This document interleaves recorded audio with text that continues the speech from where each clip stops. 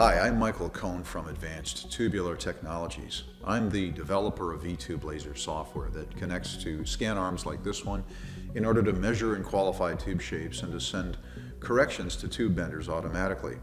What I would like to cover in today's video is how to reverse engineer this part. Not given any print data or model data, we just want to get to the shape of this part and use this part as master data. So let's go ahead and get started with that. All right, let's start by clearing the project. And we have a clean slate now to start with. Now, if your diameter cut plane is on and you don't know the diameter, then turn that off first here by unchecking on this box. Otherwise, you're not going to get any laser data in. Make sure that you have an active cut plane if you're measuring on a table surface, and make sure that that cut plane is correct. So this is going to be a reversed part. And let's say that you want to measure the diameter, okay? You don't know it necessarily, but you want to measure it. Just go into Measure Process, click on Uniscan OD like this, and then find any one of these straights that you find most convenient, and go ahead and just scan it like this. Now what you're going to do is you're going to take that number, and you're going to nominalize it by getting rid of any extra values like this, copy to nominal, copy to A and BN, and stop the measure process. Now you'll see the diameter is set up here in the part setup menu. Okay, now we're going to go straight to measuring. We're not even going to try to set up the master tube at this point. We'll go to Measure Process, Uniscan the tube.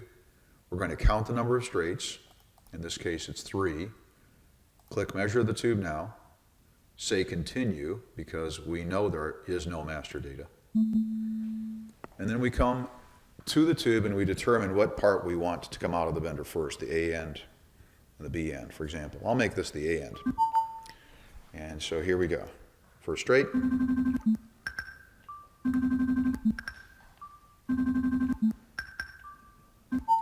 All right, now we have the center line of all the cylinders calculated. Finish and build the measured center line. And because there is no master data, it asks, do you want to copy the measured tube to the master? And I say, okay, let's do that. All right, so we basically copied the measured tube data over to the master tube data. So now those two tubes are identical. Now let's go back to Measure Process, and we're going to find the radius. I'm going to scan the inside of radius 1, because radius 1 is a nice, nicely formed, large bend angle. And I'm going to assume that that radius is representative of both radii in this part. So what I'm going to do is make sure that when I'm scanning here that I'm not in the straight, but I'm in the inside of the bend alone. And I'm going to pull the red button or the acquisition button, and I'm going to make one swipe and then let go. I'm going to let it calculate the radius value for me. And now I can see that the intent on this part was probably a 3. That's the size of the die. Press copy, copy, copy, copy, everywhere you see the word copy. Stop the measure, and you are now completely finished with the reverse. Now I'm going to go ahead and I'm going to turn on the master part, refresh and zoom all, and then I'm going to go to set orientation. Now what I'm doing now is just an extra step that you don't have to do, but it is useful for those who like to control the orientation of the master part that you just reverse engineered.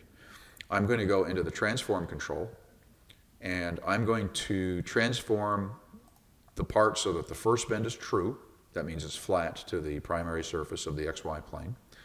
And now I'm going to lay down the second leg here into the x-axis.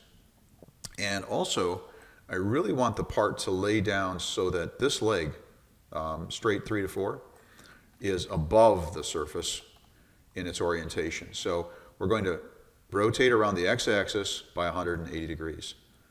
Now I'm going to go into the translate menu, and we're going to go, we're going to send the part to a place in space where the first point itself is at 000. I'm going to go ahead and close this, save as, and of course save your work. Now from this point on, this part is now the master part. It's that simple. I'm going to just simulate now what would happen if we want to, let's say, bend another part and then measure it against this part. Measure process, uniscan the tube, and let's go ahead and measure this part again.